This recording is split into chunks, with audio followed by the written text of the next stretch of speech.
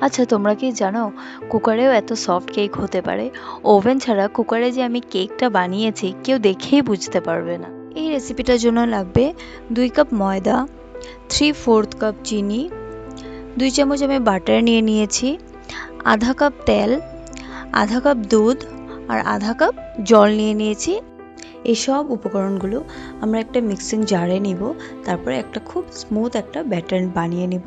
তারপর একটা বাটি নিব, বাটিতে আমরা ব্যাটারটা নিয়ে নিব, দিয়ে দিব 1 চা চামচ বেকিং পাউডার আর হাফ চা চামচ বেকিং সোডা। তারপরে টুটি ফ্রুটি দিয়ে মিক্স করে নিব। আপনারা চাইলে ড্রাই ফ্রুটসও দিতে পারবেন।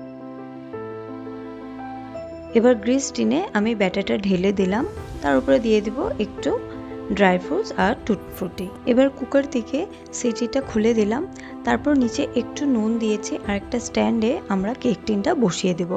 আর 40 মিনিটের জন্য আমরা এটা বেক করে নেব।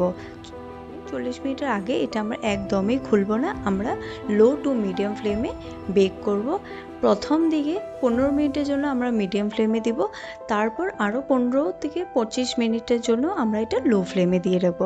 আর দেখুন কেকটা এত সুন্দর হয়েছে, এত সুন্দর ফ্লাফি হয়েছে, পারফেক্ট চার সাথে খাওয়ার জন্য। প্রতিটা ইনগ্রিডিয়েন্ট কিন্তু প্রপার পরিমাণে আমরা অ্যাড করেছি, তাহলেই বেকারি স্টাইল কেক ঘরে একদম তৈরি হয়ে যাবে। তো এই পরিমাণ নিয়ে আপনারাও ঘরে এরকম বেকারি স্টাইল কেক রেডি করতে পারবেন। যাই হোক, আজ তাহলে এ পর্যন্তই। দেখা হচ্ছে আরেকটা ভিডিওতে। ভিডিও ভালো লাগলে তাহলে অবশ্যই আমার চ্যানেলটা সাবস্ক্রাইব করে রেখে দেবেন।